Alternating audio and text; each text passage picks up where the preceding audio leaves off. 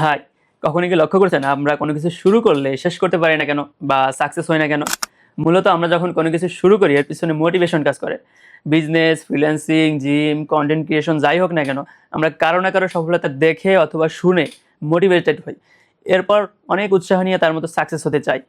তো যখন আমরা ১ সপ্তাহ, ২ সপ্তাহ বা ১ মাস, ২ মাস পরিশ্রম করি কিন্তু ইনস্ট্যান্ট কোনো রেজাল্ট না পাই, এরপর থেকে আমাদের মোটিভেশন আস্তে, আস্তে কমতে থাকে এবং আস্তে, আস্তে আমাদের মধ্যে অলসতা চলে আসতে থাকে। যার কারণে আস্তে, আস্তে আমরা কাজটাও ছেড়ে দেই।